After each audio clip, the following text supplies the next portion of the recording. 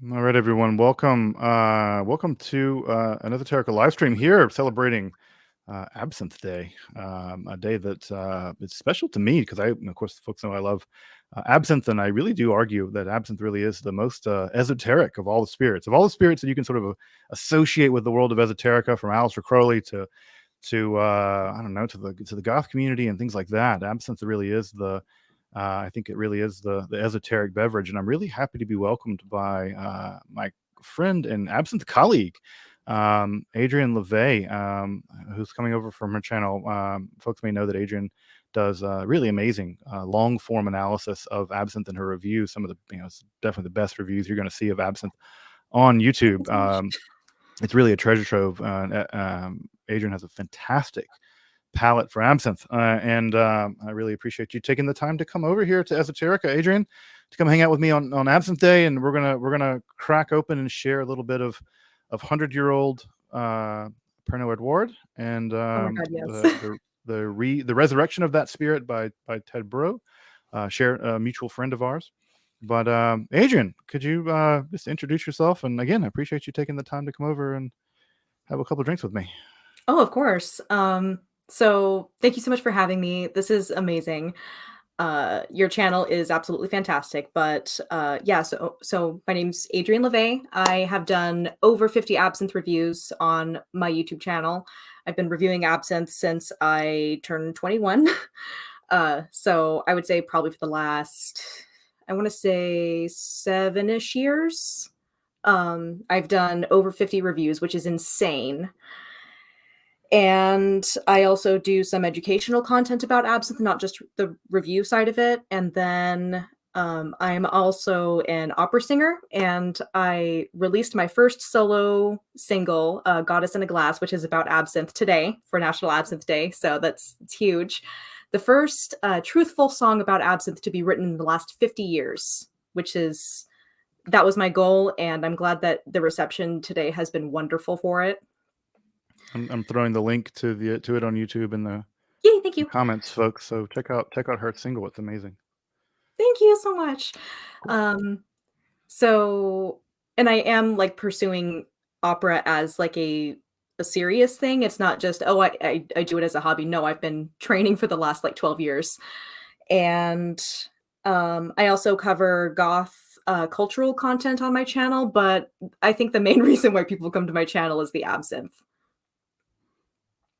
Yeah, well, it's a great channel. Again, again, I love the absinthe reviews. I think they're fantastic. I think that they're just really well done, and also I really appreciate the fact that you're really dedicated to clearing up a lot of the misconceptions around absinthe. We were just talking off camera, just to how it's getting better. It's better than it was 20 years ago, but it's still the case that people have really bad misconceptions about what absinthe is and what it does Mm-hmm. and what it doesn't do, most importantly.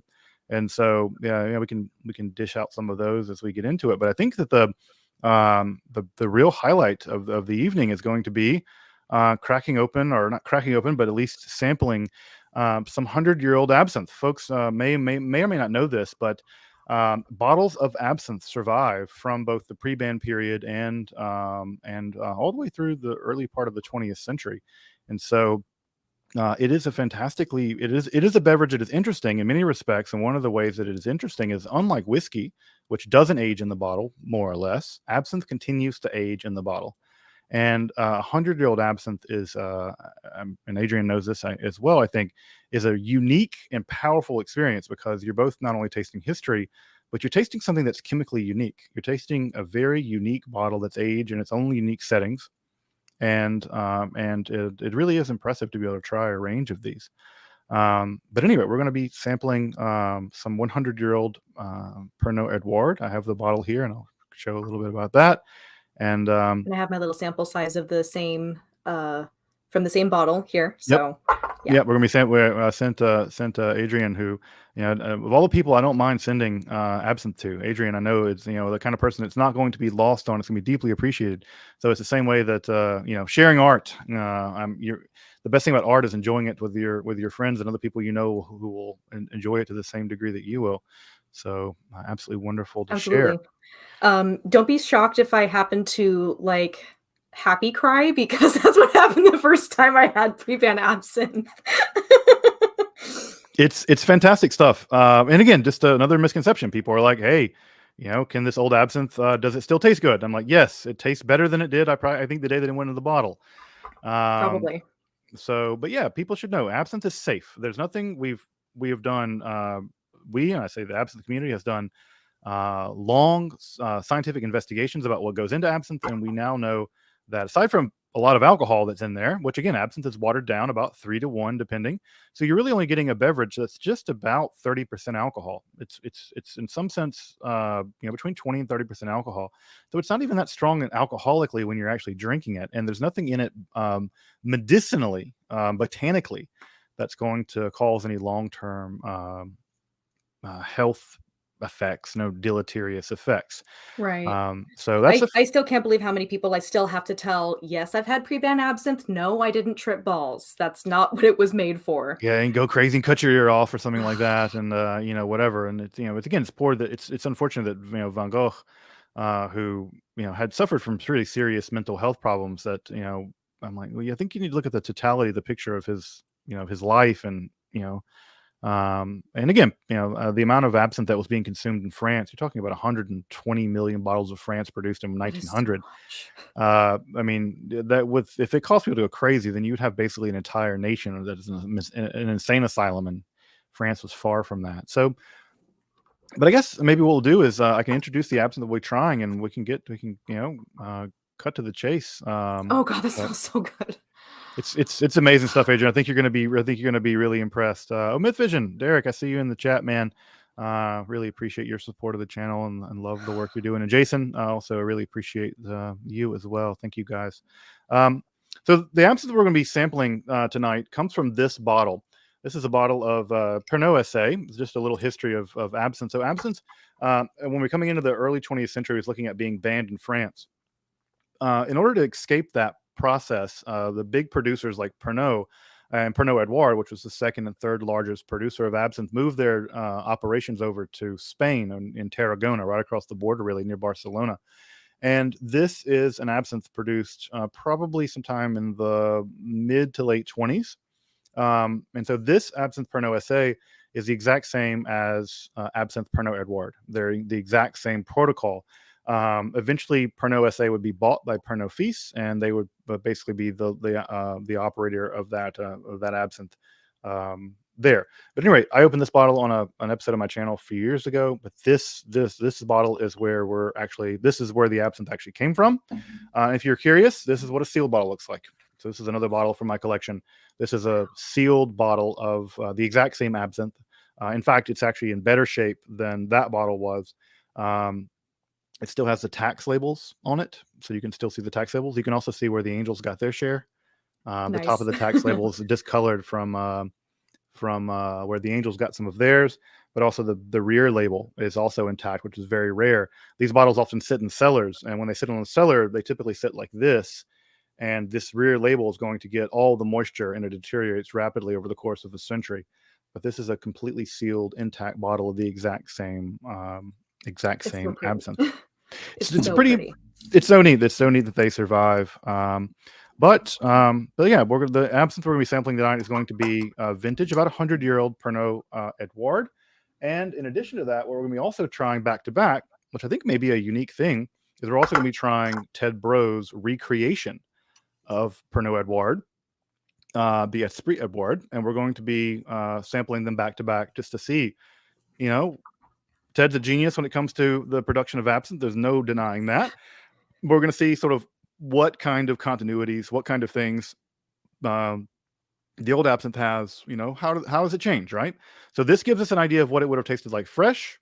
This is what we have in the glass that's now 100 years old. So if you're curious, I'm going to be drinking mine out of my Pernod SA glass. This glass dates to about the 1920s. So this glass is actually contemporaneous with the absinthe. So this was the glass that you would have got that absinthe served with. So this is like literally this glass is as old as those bottles. And this is the kind of way that it would have been served traditionally in about 1920s France. If you're curious, it has this little thing called a bruit. dripper, and I'm going to fill this with ice, and it's going to slowly drip the ice down into the absinthe, and we're going And I'm to also using an antique glass. I'm oh, thinking this is torsade. about circa, I want to say like 1900-ish, maybe a little bit older than that.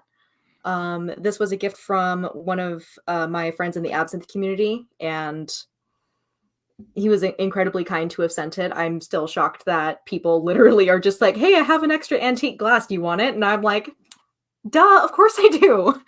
Yeah, I like the torsade glasses. My first glass was an egg glass, and the torsade glasses are really nice as well. But Yeah, um, and this is hefty. Like I feel like I could sneak up behind someone and bludgeon them on the back of the head with this thing, and it wouldn't break. it would be like the example of what is it, the it was Adrian in the library with an absinthe glass. Uh, Oh god. um, what is it? Clue? Mystery clue. Yes. Yeah. So yeah, it was Adrian in the parlor with the absinthe glass. Duh. But so folks may associate absinthe with being green. Well, what happens over time with absinthe is that as it sits in the bottle, the chlorophyll begins to break down, and it begins to turn this famous fouillemort, dead flower color, kind of a brownish cognac Dead almost leaf, color. actually. Yeah, dead leaf. You're right.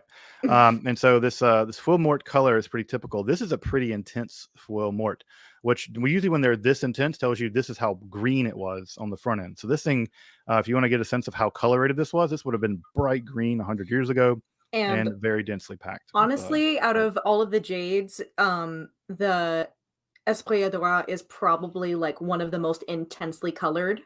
That's one thing that I noticed. Like Mhm. the only thing that comes, like the only one of the jades that really comes close to the intensity of color to me would be the Terminus Oxygene. So um very intense, beautiful, like, you know, emerald or olive green color, just absolutely gorgeous. Yeah, it's a really nice color. So what do you think, Adrian? Aroma. The aroma is very distinctly very like leathery, and I'm definitely getting some strong notes of anise in there. Yeah, the anise in the Pernod Edouard is famously pungent. It's considered the strongest anise flavor um, in of all absinthe. I've had Marc Thulier, which is his favorite. He's of all the people who've had a lot of vintage absinthe in the world, Marc Thulier has probably had the most. I would suspect one of the people, and he describes the anise as like floral punchiness.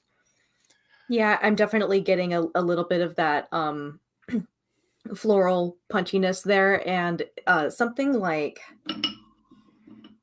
maybe a little bit of genepi in there, maybe.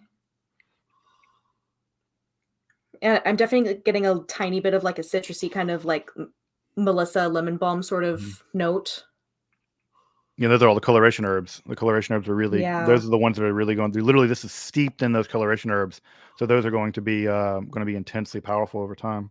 I'm not getting much mintiness. Like I'm not getting that much of like, the alpine freshness that I usually get with like Yep, really well-made absinthe, but yep. that's not necessarily a problem because, this thing is over a century old. And that mintiness is more of a Swiss thing than a French thing. The French absinthes tend to be more on the side of floral profile, whereas Mhm. the that sort of minty, fresh and clean flavor you typically get mostly from more Swiss styles.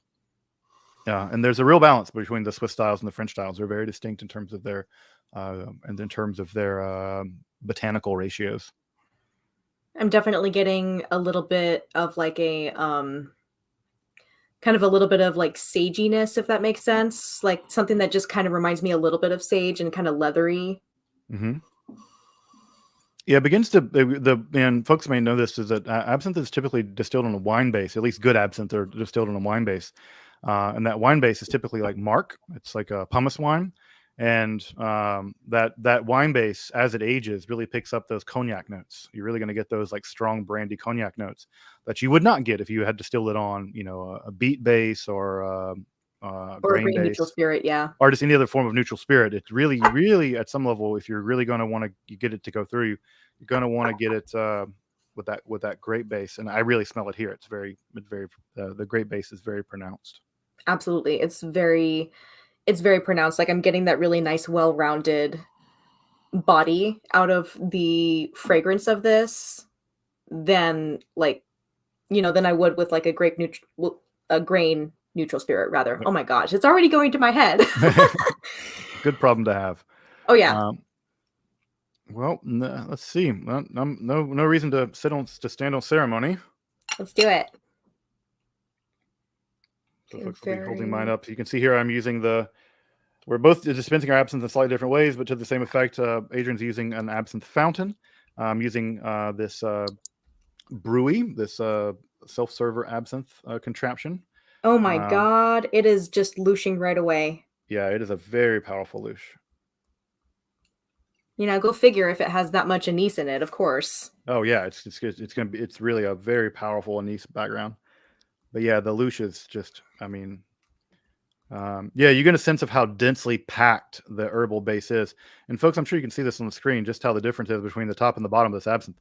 The top is still very much, you can still see the color, and on the bottom, you can still see, you can definitely see the loosh effect is taking hold strongly. I'm trying to hold it up so they can see it. Yeah.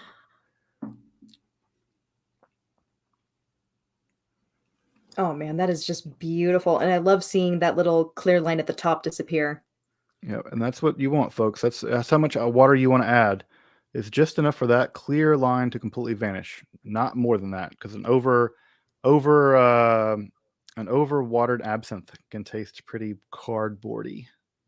Yep, and especially if it's vintage. Yep, it can really pop, and when you go overboard, it really starts to like kind of swamp water it. Yeah, we don't want that. Although I will say this does look very swampy, not gonna Yeah. lie.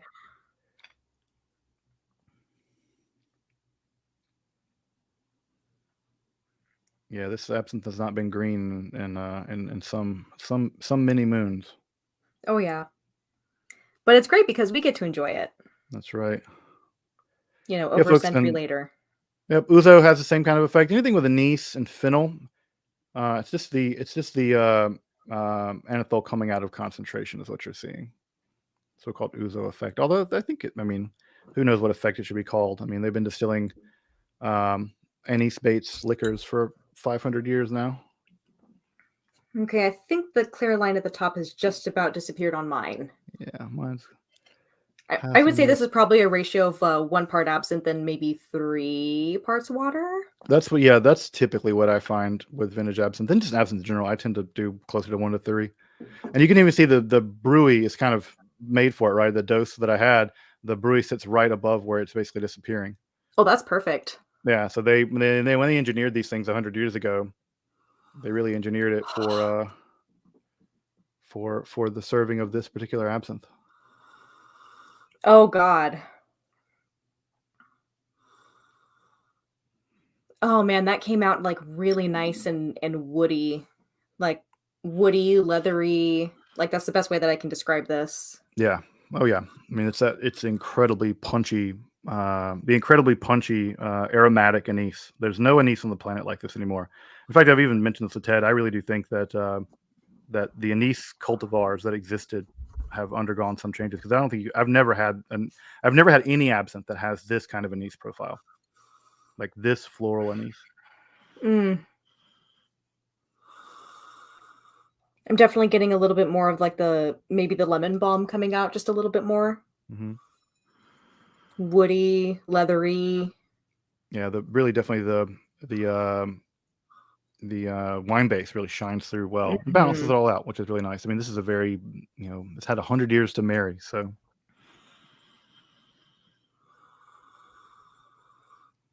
all right, well, Sante. Oh god, we're gonna do it. Okay, here we go.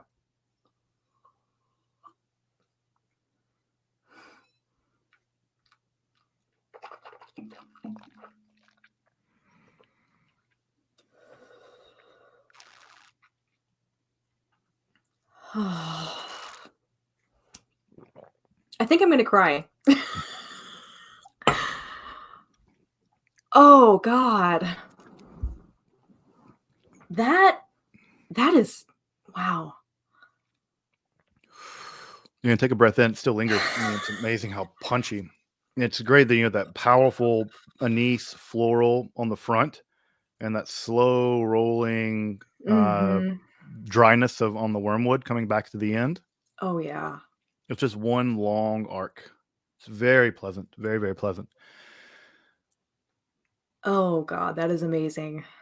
And you still get the tingles from the fennel and the anise on the side of the tongue, even Mhm. even seconds later. It really is it really dances on the tongue in a really, really It even really it even has a little bit of, like, a dead leaves kind of flavor, but definitely not in a bad way, like, definitely in a way that I would expect from a vintage absinthe like this. Mhm.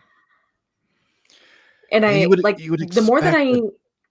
the more that I inhale, like, after like, long after I've swallowed, I'm definitely f tasting the ghost of what it was probably like over a Mhm. century ago, and it's very oh god, I'm drooling so hard. It's really reminding me of the Edouard, like the Jade Esprit Edouard. Yeah, I'm really looking forward to trying it really back to back. I wonder how often that's happened. I mean, I know Ted and I did it way back Mhm. in the early aughts. We tried Pernod Edouard and a vintage back to back, but I haven't done it in 20 years. So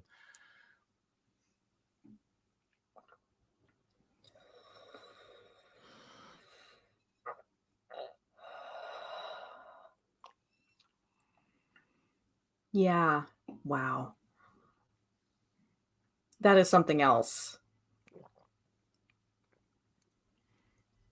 I mean, it's hard to believe that something that's been sitting in a bottle for 100 years could still have that kind of intense flavor profile. Yeah, it's very intense. Like, I'm a little bit tempted to add just a tiny bit more water just to see Mhm. if it will, like, soften up just a little bit more. I'm gonna go ahead and try that. Just a couple more drops, I think. Yeah, yeah, it's a fine line. I tend to like my absinthe a little on the stronger side, so I tend to do 3 to I 1, but I usually do too. yep. Um, but, One thing that's really funny, there was an article by this, alleged absinthe expert that came out, or like a blog post or something, I can't remember. One of my other friends in the absinthe community who hails from France, showed it to me, and he said that the gentleman who wrote the article thinks that the Wormwood Society's, grading standards apparently are, um oh god, what was the word that they used? Like, obsolete or something? Or irrelevant? I think it was more like irrelevant because they were just like, "Oh, you shouldn't be judging an absinthe on its louche because back in the pre-ban era, they didn't have as much anise as it does now, so you shouldn't be judging based on louche." And I'm like, "Okay, hold up. This was very clearly an article written by someone who's never had pre-ban absinthe before." yeah, that's completely bizarre. I mean, yeah, I mean, one, demonstrably it's false, but also you can go look in Duplay. You can get a copy from 1855. Duplay will tell you all the major protocols for every major absinthe producer, and I can tell you how much anise by volume, how much of anise by volume is used per liter in the final in a finished spirit. So yeah, that's And you're gonna look at malarkey. this and look me in the eye and tell me that this is not containing that much anise? Yeah, it's insanity. Again, what's also neat, Adrian, too, is that we often sometimes refer to absinthe as Le Bleu, and what's really cool about these old absinthe is looking straight down into it on the edges, you can see the blue ring. Oh, yeah, I noticed that. It's so great. Like Still. you can still see it. It's amazing how again like um, folks may know this that bootlegged absinthe after the ban was still being made by an army of women. And again, we should be very clear about the role women played in the production of absinthe. Right, it was a man who ultimately bought it, but it was women who invented it. And the people that kept it alive were women. Most of the distillers, the illegal distillers in Switzerland, were all women. It was a uniquely, maybe not uniquely, but we typically associate moonshining with hillbilly dudes and whatever. This was Ugh. a woman's world of making absinthe. Um, and so elite moonshine absinthe, which is still produced in some places, I hear. I'm not saying I've ever made any. But it's referred to as Le Bleu, the blue, And that's because if you look down into absinthe, unlike, for instance, if you're drinking arak or ouzo, you will not see that That is blue so kind of, interesting. and it has to do with the unique composition of the essential oils of absinthe refract light in that weird blue way. Unlike, and you get in, and this is very dark, very turgid, full mort, and yet the blue ring is still very clearly there. Yeah, Which again that's also tells you that you're drinking absinthe incredible. and not arak or something else like that. Yeah, I actually had my husband's grandfather taste the arak that you sent me, and they love like he and my husband's grandmother, they loved it. They were just like, "Oh my god, that's amazing. What is that?" And I'm like, "Oh, it's arak." Oh, I love arak. I drink. I mean, typically I drink it like before meals. I'll drink a glass of arak. And especially if I'm in the Middle East or somewhere, it's just my go-to beverage. I love arak, but doesn't hold a Yeah, candle to like this. yeah. I seriously feel like the longer like inhalation that you take, the more you're tasting of what may have been the original. Hmm. And it's incredible. That is there's no experience like having pre-ban absinthe. Yeah, folks. And again, this is really, not to rip off Max from Tasting History, but we're tasting history. um, Literally. he's recreating history. We're tasting it. And again, folks, you Yeah. want to get an idea of what this absinthe looks like in the bottle. This is a sealed bottle of the exact same absinthe that Adrian and I are trying right now. This is a sealed 1 liter bottle of absinthe from the time period, and the absinthe that we're currently drinking is from this bottle, which I opened on the channel a few years ago. And yeah, this is the bottle that Adrian and I are currently trying. It's Um, incredible. Like, thank you so much for sending this to me and for tasting it with me in real time. This is great. it's my pleasure. Again, like, was it Aristotle? No, it was Epicurus. Epicurus said that any pleasure shared with a friend is multiplied. Yes, it's true. And yeah, and I'm like, why? Yeah, I could sit around on absinthe day and I can drink my vintage absinthe by myself, but you know, um, sharing this stuff it's for me at least. Sharing it with someone like you, who's such an enthusiast and has such a great palate, and really appreciates the art and the magic that goes into absinthe, the alchemy that goes into absinthe. Mhm. Um, hey man, you share the things you love. Like, you don't hoard the things you love. Like, No. so, like, Sharing is yeah, caring. yes, yes, exactly. And so I'm more than happy to do it, and it's fantastic. Um, um, but yeah, see if there are any home distillers in the crowd. I'm not saying that we could talk shop, but um, if you want to talk shop, we can talk shop.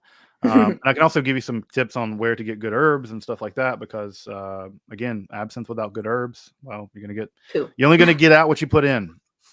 Um, so this is a thing you know. You're not going to be able to go to whatever crappy herb place and get bad herbs and do that. Also, what's really fascinating about this is that compared to most American absinthe, which use star anise, it's amazing. Star anise is nowhere near any of these vintages at all. Nope. Nope, it's definitely not anesthetizing, it's not overly tingly because those are definitely 2 traits that I associate with star anise, and, my husband doesn't have as refined of a palate as I do, but boy, when it's there, even when it's in minute amounts, Mm-hmm. even if it's just like a secondary flavoring, like an, butterfly made by the CAB, distillery in Switzerland, it's there. Yeah, You can tell that it's there. yeah. Any amount of it's too much. This is the hill I die on, right? This is my Same, yeah. same. This is the hill I die on, and I'm glad we were down on the same hill. Star anise has no place in absinthe. Great for pastis. Yeah. I don't hate on pastis. I love pastis. I love to have a glass of Ricard on a hot day. Fine. Pastis Yeah, is cool. pastis. Totally fine by me. That's it's fine. Yeah, Um, but absinthe and star anise has no place in absinthe. It's cheating. Every time they use it, it's cheating. They're just trying to get a good loosh, and they throw it in there to get a good loosh because they don't want to do the hard work. The distillers don't want to do the hard Nope. work of squeezing the oils out of the anise, which is a pain. Oh, I'm sure Um, it is. and I know, and you can't do it the first time. No absinthe, no matter how well you make it, unless you use some pretty sophisticated um, um, reflux distilling, you're not going to get a great loosh the first time. But yeah, it's cheating, and I don't, and I've had to say this to distillers to their face. I'm like, man, they're like, well, could you do better? And I'm like, yeah, I could actually. In It's just fact, like, yeah, I could, like dude. I could. And in fact, here I have a bottle of absinthe that I've procured from someone who looks a lot like a Jewish guy with a beard in Detroit. And I guarantee you, my absinthe's louche, and there's no star anise in there. Oh, that's so Um, funny. yeah, I don't, yeah, but yeah, this is the Yeah, hill I die on. there was this guy on TikTok, which, I do have a TikTok as well, and it was primarily made to spread the, good information about absinthe and to address the misconceptions so that people, whenever they do come across something on a platform like TikTok or something, or maybe there's some kind of belief that's still hanging around, I like to address it. For example, I made a video on TikTok about why it's really called the Green Fairy because people think, oh, it's called the Green Fairy because, you would hallucinate and trip balls and see green fairies. Duh. And I'm just like, dude, that is a gross oversimplification of what's actually going on here. So, no, not even close. But there's this guy on TikTok who's so vehemently against like sugar preparation. And I in part of my interview with Ted Breaux, he talked about, sugar, chacun son goût. It's fine. If you want to add it, add it. If you don't, don't. Just as long as you're not setting it on fire or taking it in shots, Yeah. it's fine. But then this guy is like so anti-sugar and he's just like, yeah, I've had some of Ted's products. They're okay. My favorite one is St. George. And I'm like, Yeah, okay. and St. George is a polarizing absinthe in a lot of ways because it's so untraditional. Um, Yeah, yeah, and I never take my absinthe to sugar ever. Like I don't have a sweet tooth in that way, and the French really did back in the day. And I just don't take it with sugar typically. Even like right. the CF burger, which I think is the best for that. I still don't take it with sugar. But just a couple technical things. I know that some folks are talking about louche. What is a louche? Louche is the clouding effect of absinthe when you add water to it. Right, absinthe starts off clear and it clouds up like ouzo or arak when you add If water it to it. doesn't do this, you're in trouble. Yeah, if you add water to your absinthe and you do it does not louche, then you need to get your money back. Um, you should get your money back. Secondly, and someone's asking in the chat also about what is a good absinthe to start with. In my opinion, Lucid. At least in the United States, Lucid. I Lucid is second made that. by Ted Breaux. He's a fabulous absinthe maker, one of the best in the world. And Lucid is made according to very strict classical circumstances on 19th century stills, the original stills that Pernod used. And it is a very like introductory level absinthe that is relatively inexpensive. It's widely available. Um, yeah, I would say that if you're going to try an absinthe, get your hands on a bottle of Lucid absinthe. That's the best starter absinthe, in my opinion, that I think that you can start with. Of course, Adrian And is really the please expert there. and please, for the love of God, please do not buy Absinthe. No, I Yep. just can't. It is so bad. Yeah, it's not absinthe. It is it's really just Fake. pastis, mislabeled pastis. Essentially, uh, yeah. yeah, I mean there is wormwood in there, but it is not. Yeah. Also, if you see the word liqueur on absinthe, run. Mhm. Absinthe should never Run have the other sugar way. added to it. Yeah, absinthe is a distilled spirit and never has sugar added to it on the front end. If you want to add sugar to it, that's fine. Um, Just don't Again, set and it on also fire. don't set it on fire either. That's not real absinthe. That was invented. That ritual was invented by the folks in the Czech Republic, basically during the 1990s because they were producing absinthe that didn't louche because it really wasn't absinthe. They invented an alternative ritual where they set it on fire. If you find yourself setting 70% alcohol on fire inside your house, you need to rethink your life Mhm. because you're basically trying to burn your house down.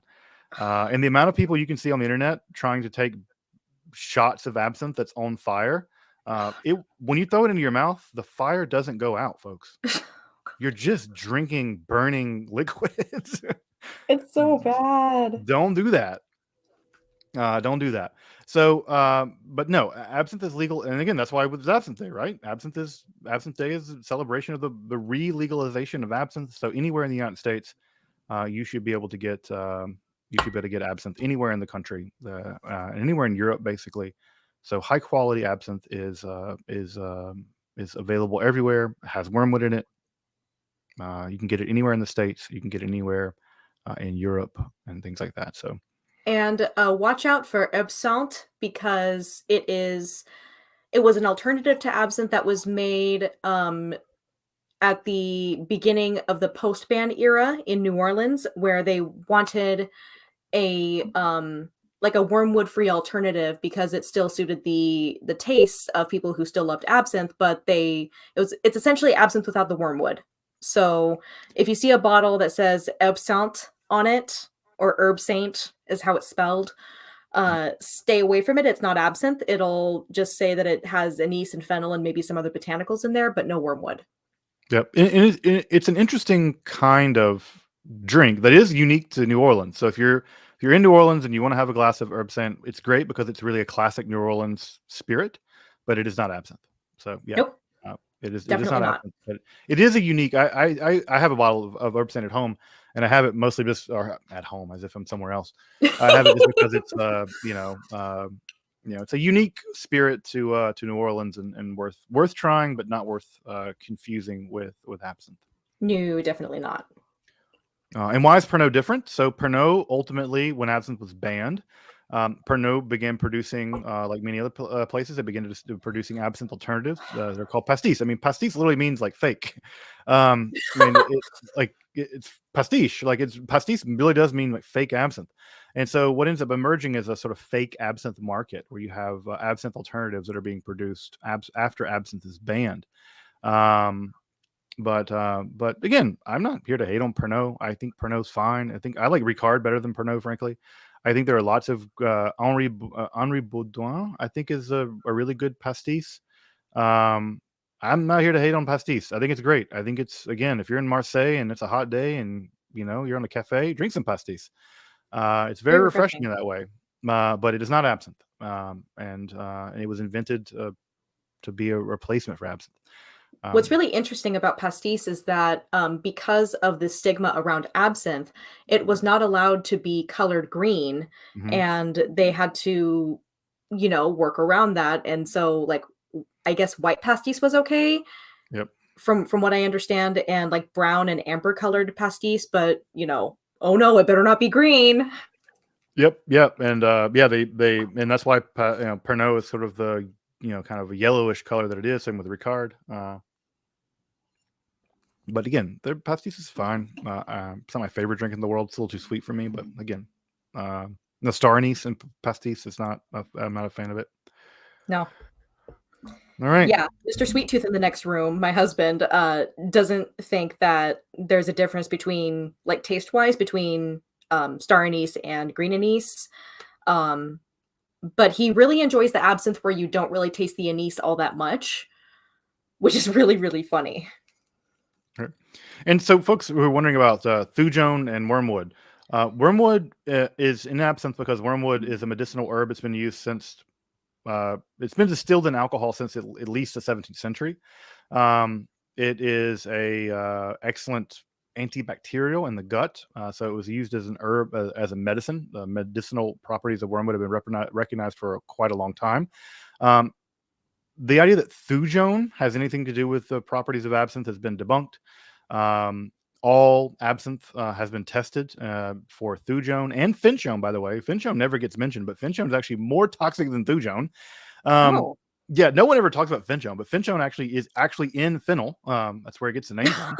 Um, but you're talking about the amounts of, and again, pre-ban absinthe, modern absinthe has all been tested for thujone. Um, yes, thujone is toxic. It is not a hallucinogenic. It is a deliriant basically. It causes liver failure. It will kill you. But to get enough thujone from drinking absinthe, which there is a tiny amount of thujone in absinthe, but to get enough thujone into your body by drinking absinthe, you would have to drink on the order of about 12 bottles of absinthe in about an hour to get enough thujone into your body to cause any effects from the thujone, you would be long dead from alcohol poisoning. Yep, like 10 Before, times over. yeah, before the thujone ever had any effect on you. So the thujone theory was a good theory in the 1970s. It was debunked in the 2000s. And Mhm. so science marches on. The problem is misinformation doesn't. Misinformation continues No. to be spread. So the thujone finchone myth is just that. There are tiny amounts. You're talking on the order of parts per million in absinthe, but again, you're getting more methanol in the alcohol than you are thujone from the wormwood. Yeah, and, you know, a lot of people are also thinking, "Oh, well, if it's not, hallucinogenic, maybe it's, like, psychedelic, it'll make you high." No, not necessarily. Thanks to some doctor or scientist or something in the 1970s, I believe he was from the UK.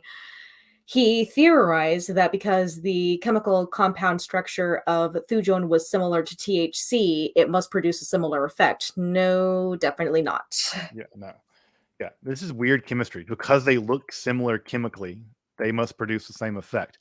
Like, Nope, one, that's just doesn't work like bad that. chemistry, and two, there's just not enough thujone in there to do that, right? Hmm. So, uh, yeah. So, although I will say, and this is the thing I've talked to Ted privately about, and I'd love to see some studies on this, is that we do know that anethol is the oil that louches, right? That's the oil actually in absinthe that's causing the louche. That's the oil in fennel and the oil in anise. Recent studies have shown that it does have properties, and it does have psychoactive properties. And I'm curious to have studies run on the degree to which, if anethol in absinthe is present in amounts high enough to cross the threshold to be psychoactive, which Yeah. I think the answer is probably yes. But I think it's very minor at the end of the day. But I think that this is an interesting thing about anethol that nowhere, again, we always talk about thujone finchone. No one talks about finchone, but they should. No. But anethol is the only other major chemical component in absinthe aside from alcohol. And I'll be curious to see what the actual distribution of it is in the actual spirit. Yeah, from what I understand, a lot of people have reported that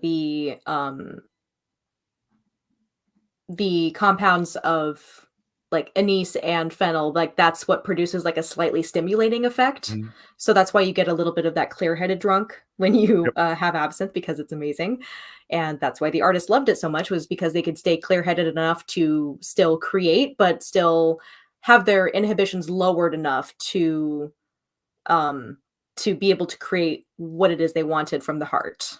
Yep. I think that's the way I describe it too. And like, again, every drunk is kind of different, right? Red wine drunk is very different than tequila drunk, right? Those are different kinds of drunk. Yes. And that we should not be surprised that absinthe drunk is a little different than the others. But again, we should also not be we should not undersell what's going on, and we shouldn't oversell it either. I think that's, to me at Absolutely, I least, agree. the path of prudence.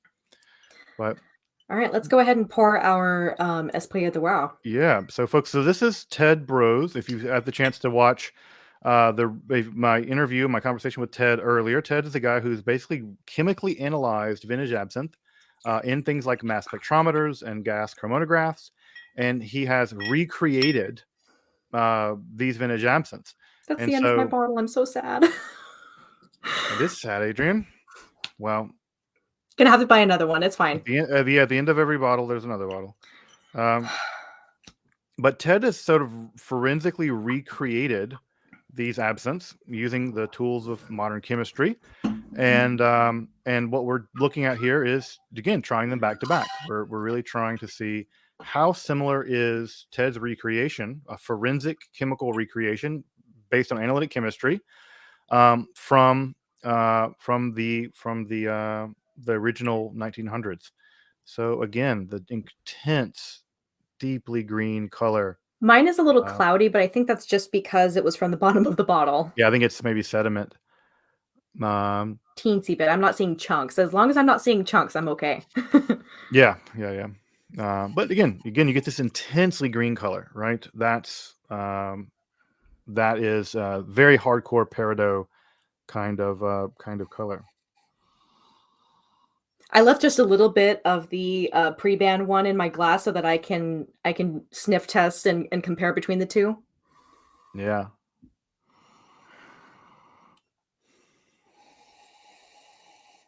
Oh man. It's weird. They're similar, but different because of the age. It's really crazy. yeah, yeah. The age really puts a dramatic effect on it. And again, I think that the real thing that the Ted's recreation really gets right is that punchy anise. I know the anise Ted's using. I've if you ever get it in your hand and just sort of rub it in your hand and then dust it off and then rub your hands together, your hands will be greasy with the anise oil. That's how much Awesome. anise is actually in the and Ted really and Ted's actually using and I know this, he's using the exact same anise from the exact same area that Pernod SA and Pernod Edouard used for their anise. So it's even if it's maybe a slightly different cultivar because of 100 years difference, it's from the exact same region. It's amazing how similar they smell. Like that's insane. Yeah, Wow. yeah. Again, forensic chemistry, folks, doesn't lie. Forensic No, it really chemistry doesn't. is it is a hell of a thing. And I remember watching the printouts come off the mass spectrometer, the gas chromatograph, and folks may see this when you look at a gas chromatograph output or a mass spectrometer. What you're looking at are just basically spikes, and those spikes tell you what chemicals, and you look them up in Merck manuals and stuff. And it was amazing the first time we ran one through and pulled the printout off. We were like, "This is it. This is whatever is in this. We are looking at it." This is And it. we had to go poke through and they're like, "All right," and like, "Oh yeah, like that is the herb." Like that, you look it up and you're like, "Oh, that's the chemical signature for whatever whatever herb it is, calamus or something." And you're like, ah, so we know by volume, what ratios these things had, and you get basically a fingerprint of the absinthe, and then from the fingerprint you go back and now, of course, Ted had the difficult duty of working in a lab, so he could work on something like a little vacuum still. And it's really you could really carefully control everything in that vacuum still. Ted, of course, goes over and to Combier is now working on 1,200 liter copper stills from 100 years ago. That's a beast. That is a beast. So, um, But yeah, intense peridot green, like you said. And the glass I'm using for our modern reproduction is a glass I oddly enough found on Etsy. And I only paid $100 for it. I have a feeling that the person selling it probably didn't know what it was they had. This is one of the many Pontalier glasses that were out there toward the end of the pre-ban era. So it's awesome to have these two antique glasses in my collection. yeah, it's fantastic drinking out of the old glasses. And this thing's really heavy. Like I know I'm a small person, but this thing is enormous compared to like other glasses that I have. Oh yeah, yeah, and people forget when you really get a vintage glass, they're really hefty. I mean, these They're glasses were very meant hefty. for they're meant for like old bars, right? These were meant for like these are old formed glass meant for barware, and so they had to be pretty hefty to stand up to the day to day. I think some of my favorite absinthe glasses that I have, the old ones at least, are the ones that still have all of the um, slice marks at the bottom of the glass from Oh people yeah. taking the no inside the bowl from Oh, people taking inside the their bowl. absinthe Okay. spoons and just pounding on the sugar at the bottom. And Huh. over time, you just get all these little slice marks in the bottom of the glass for people pounding on the bottom of the glass to Interesting. crush up I'll the have to sugar. take a closer look at this one when it's empty. But yeah, really cool. Yeah, these old glasses are neat. They're really fantastic. Okay, let's go ahead and loosh this bad boy. Yeah.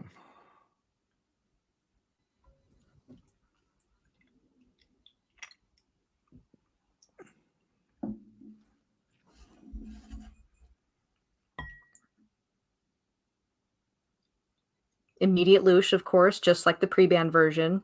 Yep. And folks, you can see the turbidity at the bottom and the clarity at the top.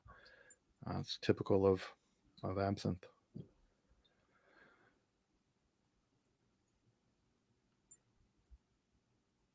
Thankfully, I had just enough for the bulb at the bottom. Happy about that at least. But I'm really, really sad that it's empty now. Like my bottle of Esprit Edouard, it's empty. I'll cry about it later. It's fine.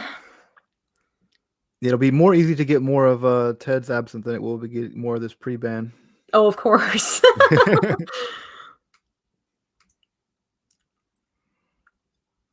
Gosh, that is just so beautiful to watch.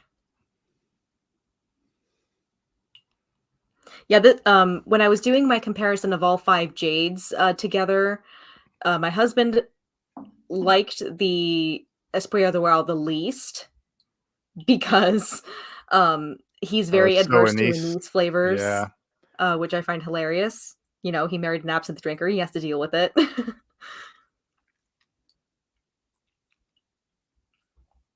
It's nice to use him as a guinea pig sometimes for my absinthe cocktail experiments. Yeah, those are often much more palatable, I would say. Yeah, he really For people loves who, my Corpse Reviver #2, and he also likes Sazerac when I add a little bit more simple syrup to it because Mr. Sweet Tooth. all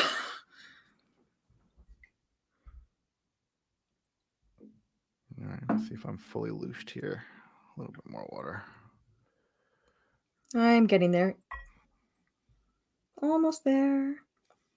I also use this glass for the visualizer of my single that was released today. Yeah, folks. I'll throw that back in the chat, so folks go check out Adrian's single. A really beautiful hymn to the real majesty of absinthe. Let me see if I still have it in my strap thing. And just I'll share this, folks. It's a cool book that I got in just the other day. This is a old alchemist manual from 1577. It is a book largely on distillation, the history of distillation. It's really cool. I'll be talking a little bit about it on the channel here soon, but you can see these really great old illustrations, woodcut illustrations of these distillation furnaces. And I think this was actually owned by Blavatsky, like the Blavatsky, like the founder of Theosophy. So I think this was in Blavatsky's library at Gnarly. one point. I'll talk more about that later on another live stream, but I think I'm holding a copy of a book on alchemy owned by Blavatsky. Crazy. The neat little book. I'll talk more about it later in a future thing. But I have distillation on the mind. All right, Sante. Oh my god! Wow.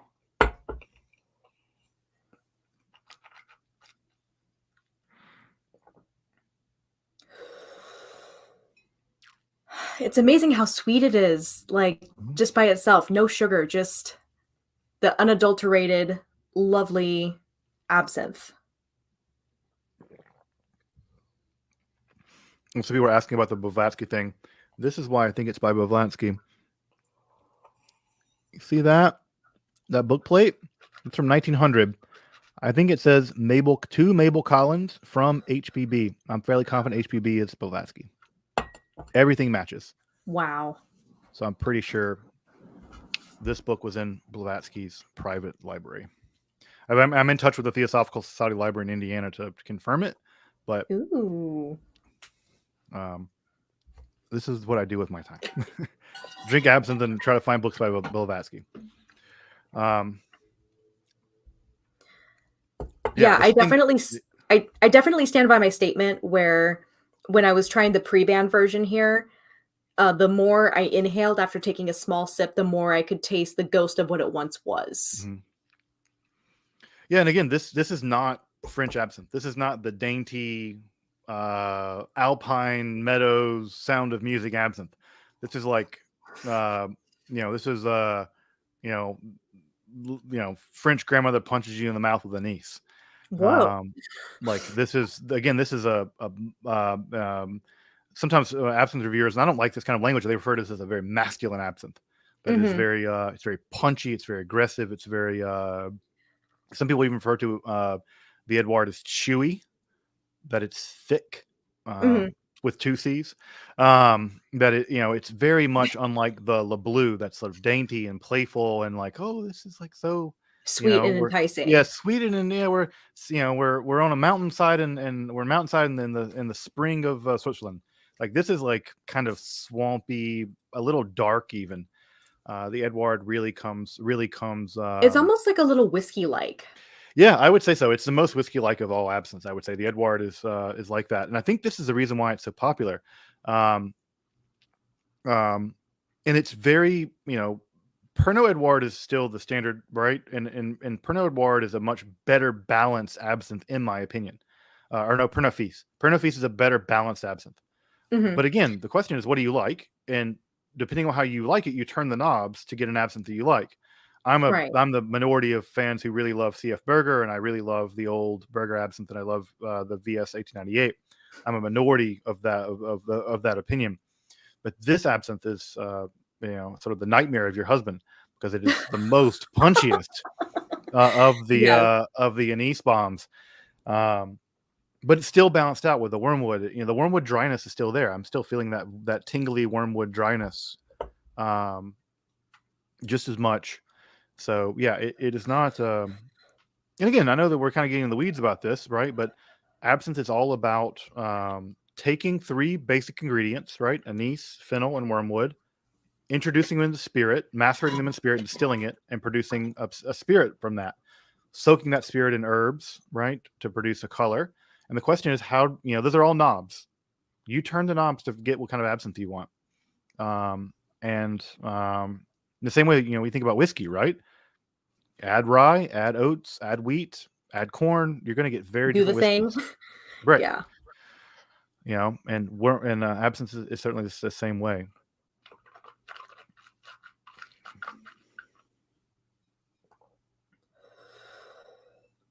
Yeah, this is definitely like a phantom coming back to haunt you the same way that it was 100 years ago. Like, the more that I'm drinking this, the more I'm tasting that intense, like, anise flavor, and I'm tasting more of that robustness of that, like, kind of, grabs you by the throat when they pull you in to kiss you and bites your lip at the same time sort of quality.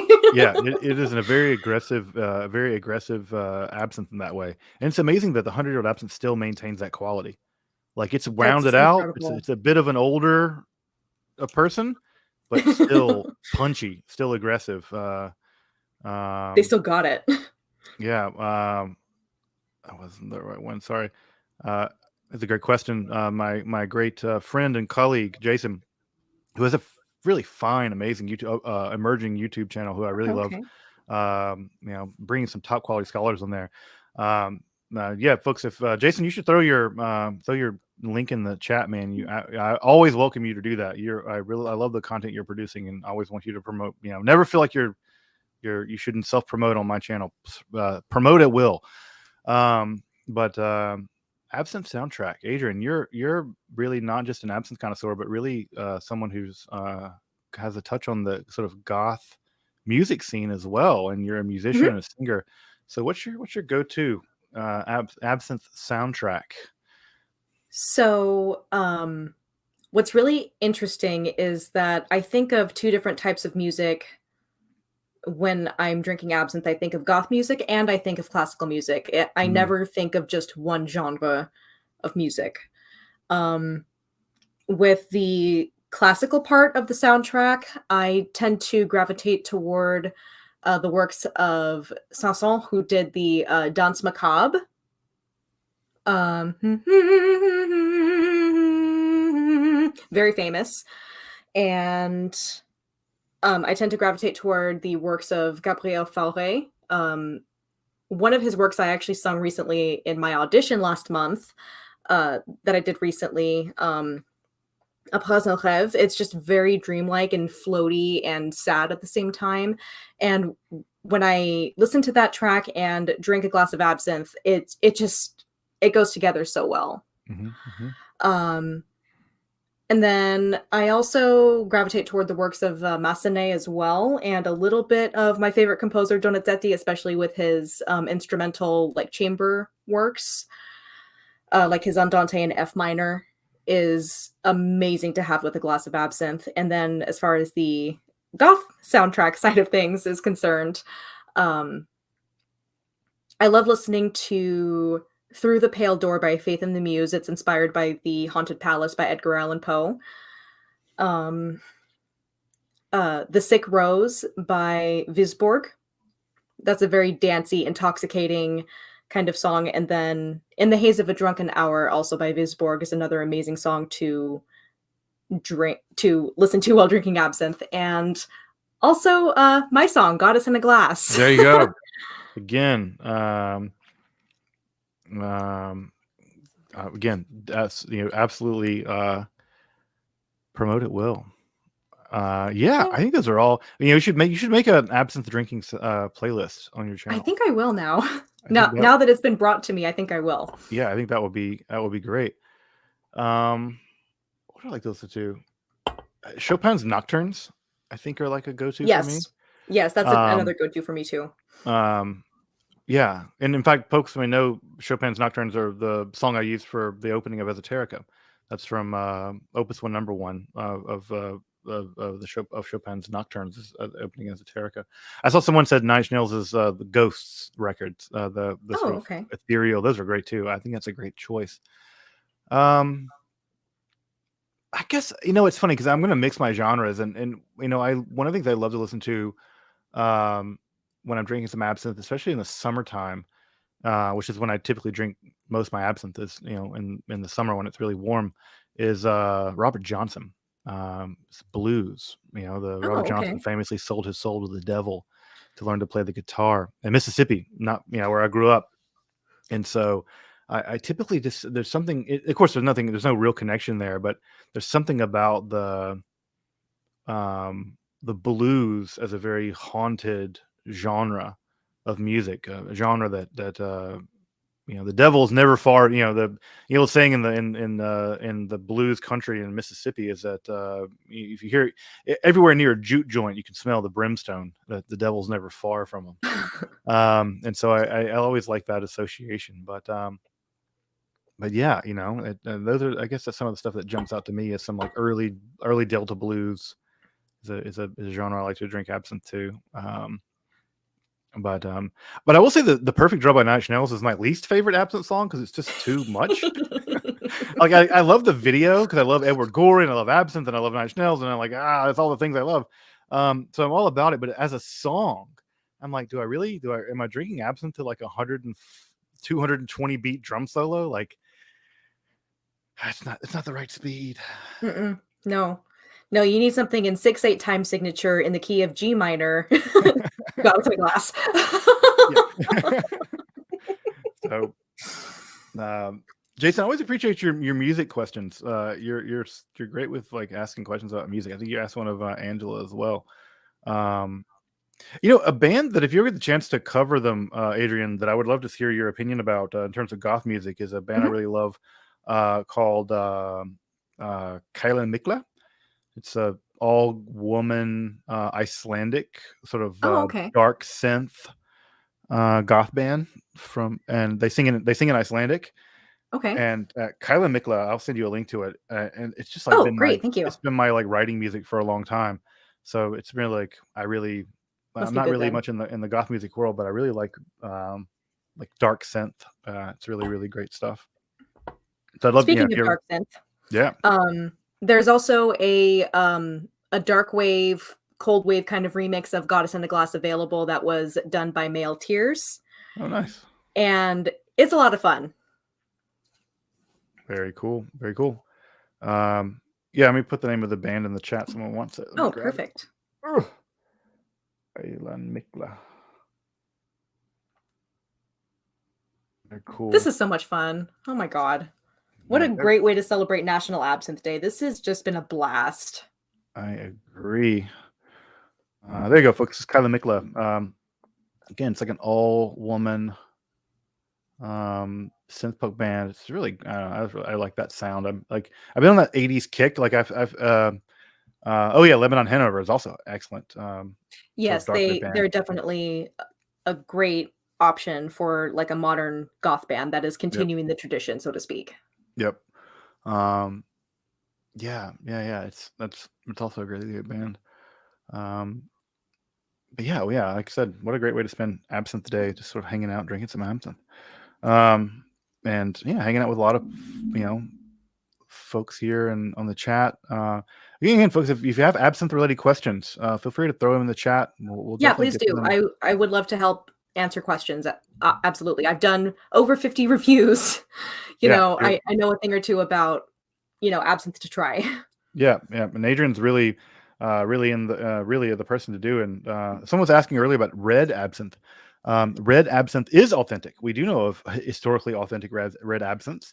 I will put a little disclaimer that not all red absinthe is authentic because you Right. really have to be careful about the artificial coloring and the addition of star anise. I know that there is one particular brand called Surface. I had it. I really didn't care for it. Yeah, the good old slurpus. Ugh. Yep. It's Ugh. if you're finding red absinthe, if traditionally red absinthe is made with hibiscus, Yes. so it's colored with hibiscus. So we do know of red absinthe. It's made with it's colored with hibiscus. It's not really red. It's more like pink. Yeah, Um, pinkish rosé kind of yep. color. In fact, the early absinthe, it was actually called rosé absinthe, Mhm. and from that time period. So yeah, so that's but there is traditional red absinthe. In fact, in Michigan, we have an absinthe that is purple because Oh yeah, that's right. You sent me the link to that one. yeah, they use all Michigan botanicals. All the botanicals made are made in Michigan, and they use rose hips and other kinds of things as a coloring agents, and that gives it a kind of a purple color. So there's again, I'm I traditional absinthe. I'm all about traditional absinthe. I'm also really all about people innovating. And Yeah, same. if you want to innovate and like use all kinds of cool local botanicals, great. Like that's neat. And I will say that like, and again, what ruins it though, and I've told them as much, is the star anise. I'm like, you took all the time to do these amazing botanicals, and the one botanical you outsourced from like Vietnam or whatever was star anise. You didn't need to do that. Mm-mm. Like now I can't. Everything else has been sort of um ruin's not the right word, it's too strong, but it's been like Compromised. yeah, you like shot yourself in the foot. Like you did everything right, and then you did the wrong thing by adding the star anise. So again, I'm sorry, I'm on my soapbox. No, you're good, you're good. There's one made by the Star Whiskey Distillery in Germany that is called Purple Haze. That one is also Mhm. a purple absinthe that starts out as like a reddish color, and then it's supposed to transition into a purple, like a really dusty, light purple color. But unfortunately, the color did degrade to a certain point by the time I was able to review it. And it just kind of faded into a weird slightly brownish color and didn't really turn purple upon the loosh happening, but that's fine. It was naturally colored though, so I'm okay with that. Mhm. Yeah, again, um, yeah, I'm all about again. I'm an absinthe traditionalist, right? But I'm also like, yeah, we need to the market needs to innovate. I'm all about the create new absinthe, and the absinthe. I think it's called in Michigan. It's called Absinthe Violette. It's a Okay. perfectly fine little absinthe. I wish they would take the star anise out. Um, and again, they could get a good luge. There are technical things they could do to achieve that. And again, I made absinthe by myself. You get a luge, but you have to know what you're doing. And Mhm. if you just follow old books, they're again, it's alchemy. They're not telling you the whole truth. They're No. leaving steps out, and so you have to know some analytic chemistry. You have to know like what's actually going on here while this works. So you have to do you have to be able to do some Oh, work. that thing, yes. Yeah, like, oh, there's a whole process here they're not talking about that, that you have to do. I'm like, yeah, like that is a part of the process, and you have to, understand it a little bit better. But Yeah, absolutely. There's no getting around it. yeah, and again, like distilling absinthe, like you have to learn the techniques and you have to learn to do it well. And it's not impossible, not hard, but it's not a thing that you can fake. Yeah, and don't do that thing where you're just, soaking herbs in a bathtub and adding artificial coloring and simple syrup to it. That's dangerous. You're just asking for trouble there. Just don't do it, dude. Yeah. So this is like a question, right? What's the highest wormwood absinthe known? All absinthes have roughly the same wormwood ratios, right? Yeah, the authentic ones do. Right. So you're again, if you want to think about, I mean, I can find a link to from the Duplay from 1855, but what you're really thinking about here is a ratio of absinthe to at least absinthe in terms of Artemisia absinthium.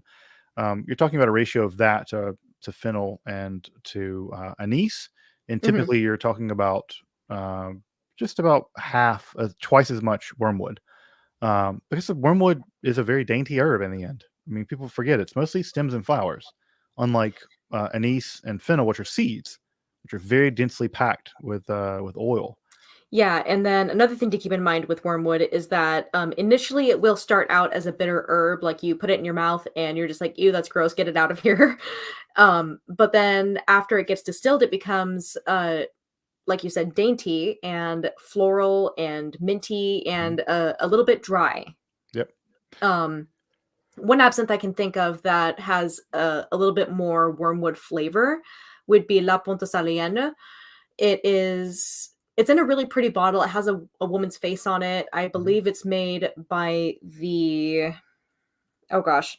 I think it's made by the same distillery that does the Libertine Is it Emile absinthes. Pernod? Maybe I'm thinking wrong. I have a bottle of it in the next room, Yeah. but it is made in France. It is a heavier concentration of wormwood, as far as I understand. It's been a while since I've had it, and it's at 53% alcohol, so it's lower on the alcohol content, but it is a little bit more forward on the wormwood. Yep. And you can these are dials, folks. Like when you make it when a distiller decides to make an absinthe, they're just turning knobs. I mean, turning knobs in the sense of like how much wormwood, how much anise, how much fennel, and you can turn those knobs ever how you like. But in my opinion, and I don't know how you feel about this, Adrian. In my opinion, absinthe has to contain those three. Yes, If it does not contain those three, it is not absinthe. I agree. I absolutely agree. Like, even if they take the anise out and leave the fennel and the wormwood, no, it's still not absinthe. Yep. Or if they take out the fennel and leave the anise and the wormwood, nope, still not absinthe. Yep. I definitely agree on that. And Yeah. just another disclaimer out there, I know that there are some people who will still insist, "Oh yeah, wormwood's a hallucinogenic, wormwood's a psychedelic." Don't be trying to look for something that has a higher wormwood content because you're chasing something that isn't going to happen. Right. Yeah. If you want to hallucinate, just go buy some LSD. Yeah, go buy LSD, go get shrooms, dude. Yeah, like they're legal here in Michigan. Like you can get magic mushrooms here at the shop. Like they're legal. Like if you want to drink absinthe and also trip, I don't know, just go soak your mushrooms in your absinthe, and you can do that. That's not Well, traditional, absinthe, and I don't know I don't know if that's a good idea, but like if you want to I hallucinate, certainly wouldn't like recommend it. there are lots of great ways of hallucinating, but don't go to absinthe looking for that. It's just not what it's going to do, and you'll be disappointed. You'll spend $60 on a bottle of absinthe, and you'll be upset, and like I don't want that to happen. No, So and, don't be like that guy that, Ted showed me from the New England Journal of Medicine who consumed, essential oil of wormwood thinking that it was absinthe and thinking it would make him trip balls, and he ended up in the ICU for 17 days with, renal with kidney failure. failure, Yep. kidney failure, tunnel vision, um, difficult to handle, and as someone who works in healthcare, I really don't I would not wanna be that person that went in to go draw his blood when he was brought into the ER, okay? Ugh, I've yeah. dealt with enough scary situations where I've drawn the blood of unruly people in in the ER, and I would not wanna draw someone in that situation, let's just put it that way. Yeah, yeah, please don't make Adrian's job harder than it needs to be. Yeah, and also Yes, thank you. if you distill, wormwood and all kinds of other stuff, it's Malort, and it's not absinthe either. Nope. Yeah, so, yeah, absolutely right, but this is another question, is the sugar cube process necessary for the full effect? So, sugar cube, not necessarily, I would say that if you have more of a sweet tooth or if you are a little trepidatious about trying absinthe and you want to make it just a little bit more palatable, then sure, go for the sugar cube. But please don't drink it in shots. I would recommend just a slow drip of ice cold water, or even if you have like a 16-ounce like water bottle about this big, put it in your freezer. let it freeze about halfway, and then if you hold it over your glass and then like twist it, like untwist it partially, so it will slowly drip water into the glass, that will work just as well as this fancy contraption that I have here. Mhm. So water is necessary, sugar cube, not necessarily. If you have a little bit more of a bitter palate, then by all means go for it. Like if you have a taste for something like red wine or whiskey, even without too much sweetener, then sure, try it with just water, because sometimes the sugar will cover up certain nuances. At least that's what I've noticed. Yeah, I agree. And there's a reason why I do all of my reviews without sugar, and some people are bitching at me still about that, but that's fine. It's because natural sweetness is something that absinthe should have. It shouldn't need sugar to be palatable. It should have some natural sweetness on its own. Yeah, I haven't drank absinthe with sugar in it in a long time, like 5 years. Like Sometimes I do it for aesthetic, and sometimes I do it just because I want to have my husband try it with sugar and see what he thinks of it. It doesn't happen often though. Hmm. Yeah, and again, taste change. Like back in the day, the French were really all about, and again, not just taste change, but like anise is not a popular flavoring agent in America. Um, so it's a combination of all those things. But yeah, no, you don't need to use sugar. It's nice for the ritual and stuff, but no, um, I typically like if I really wanted to use a ritual item for serving absinthe, I'll use an autoverser. I'll use the little seesaw dripper, which that's my favorite little absinthe. It's convenient. It's a really fun little tinker thing. I like the sound of it. I don't know, but let's see some other questions we have in the chat, and um, I like the questions. I've gotten several questions about weightlifting.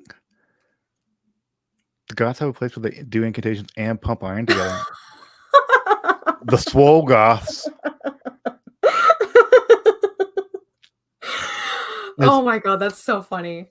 Yeah, I think I was talking about weightlifting earlier. And someone Oh else left to god. think about like weightlifting in the chat. Um, I'm not a gym rat, so I wouldn't be able to tell you. oh, I am. I'm like in the gym like 4 days a week. I'm actually on a big cut now, which sucks.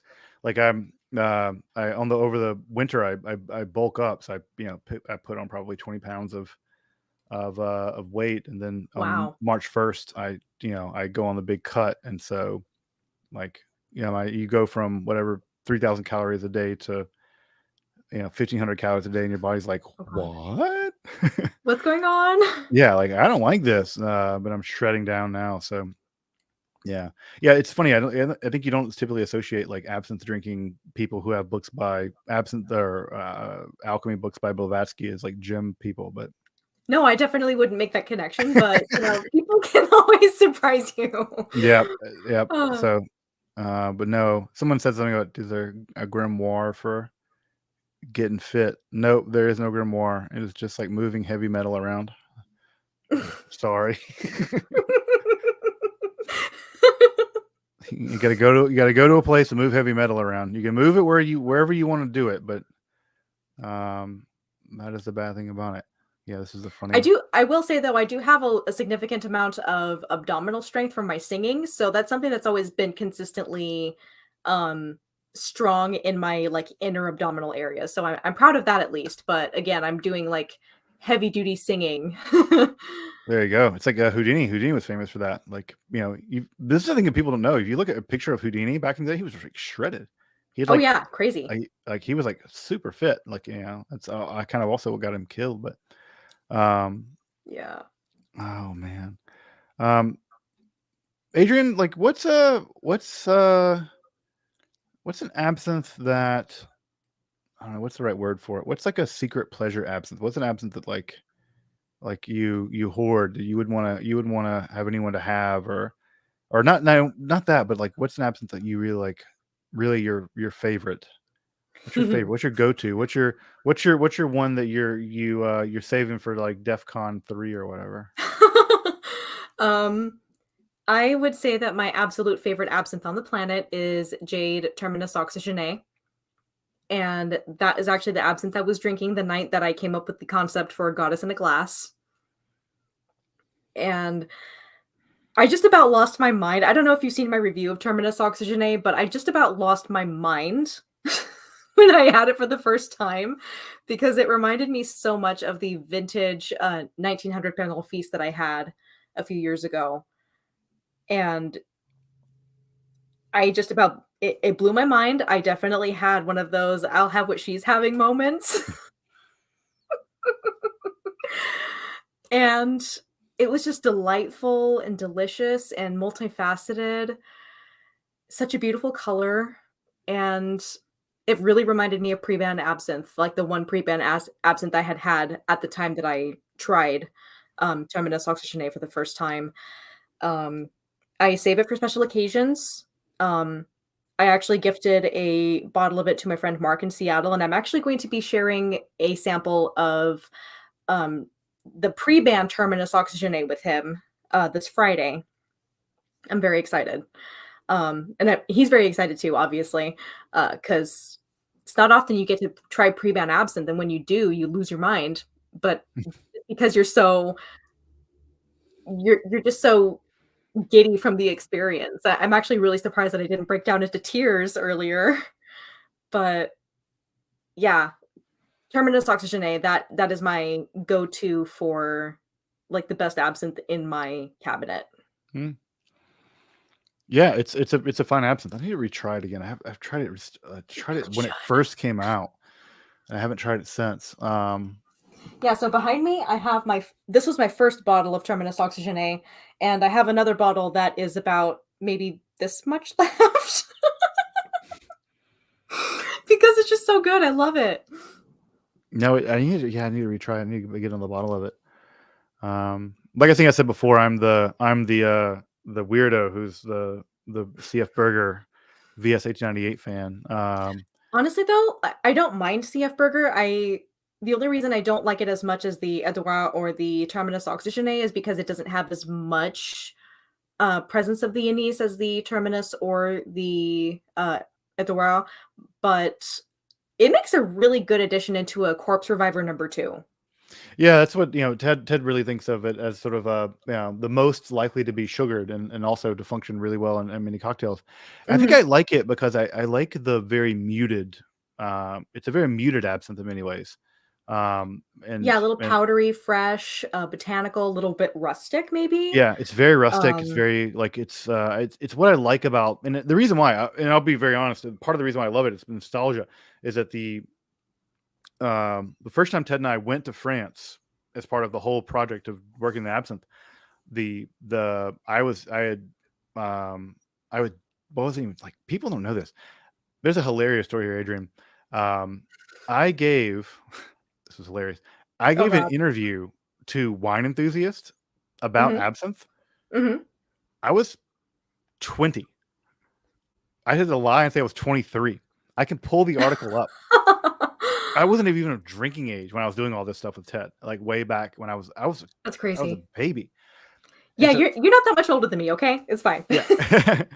And so like I'm like so we go to France for the first time to like really start to do the absinthe research, really heavily, really getting into the grit of this whole absinthe project. And one of the first real pre-ban bottles to show up was by Peter Schaff. Peter Schaff found it, and it was a bottle of CF Burger. And we get to try it there in Paris while we were there. Ted and I were there, and then I brought a little. He gave me a little to bring back with me, and that's what I had on my 21st birthday.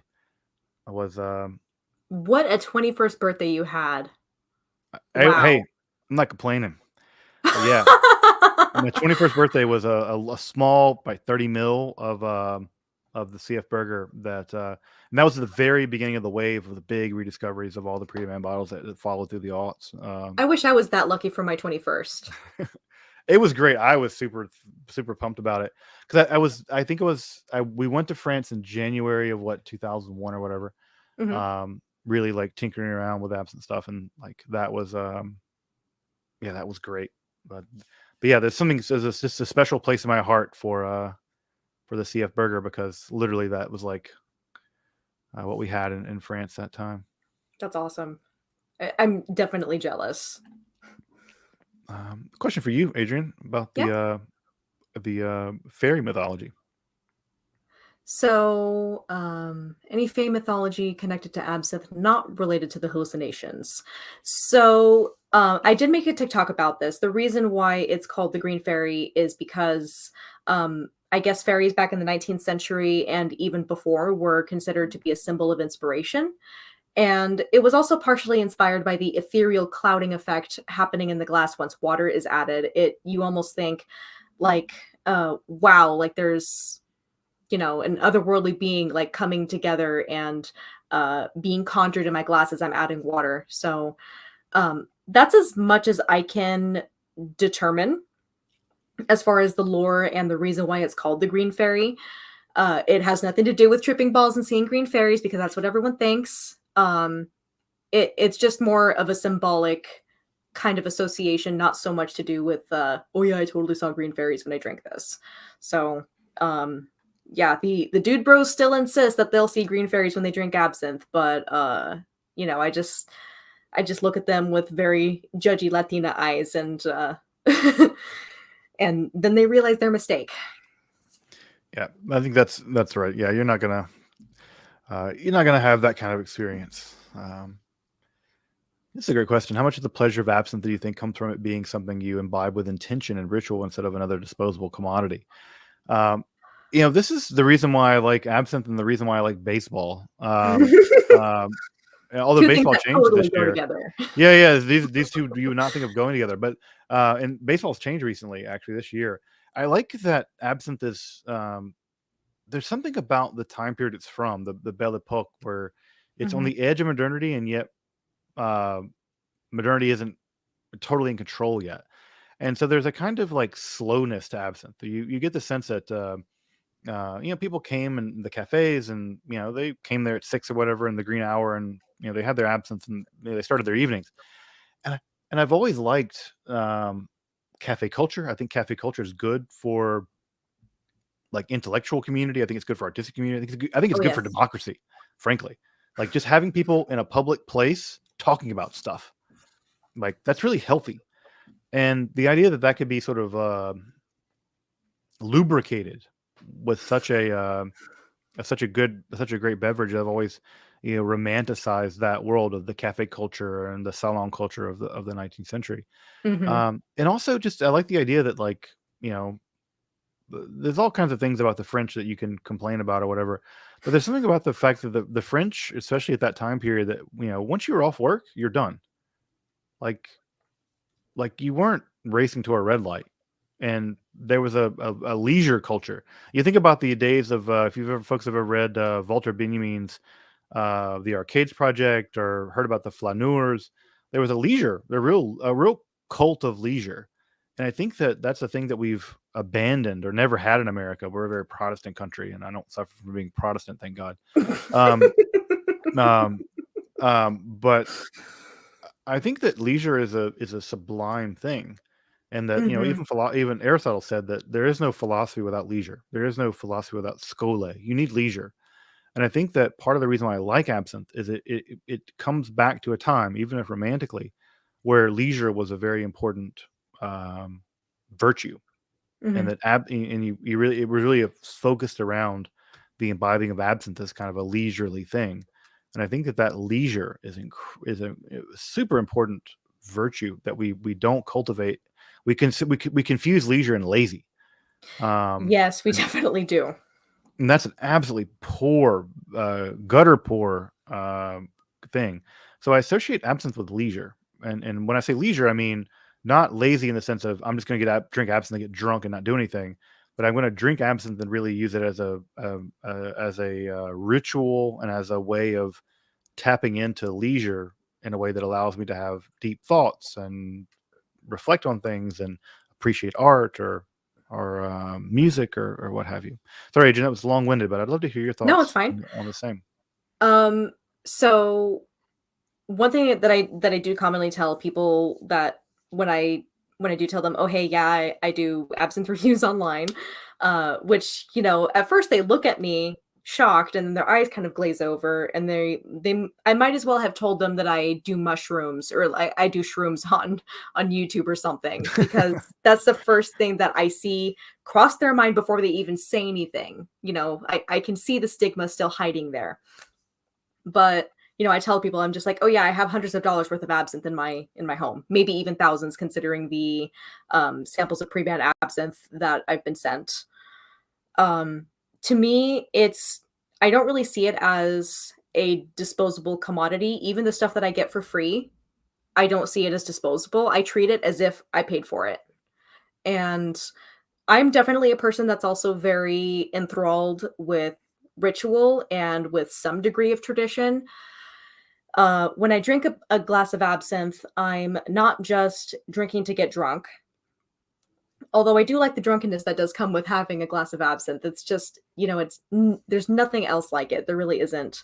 Um, I feel more connected with my own ancestry. So I'm of French and Latina ancestry. So you wouldn't know by looking at me. I'm very fair skinned, but I am 3/4 Latina, and one of my great grandfathers was actually an absinthe drinker.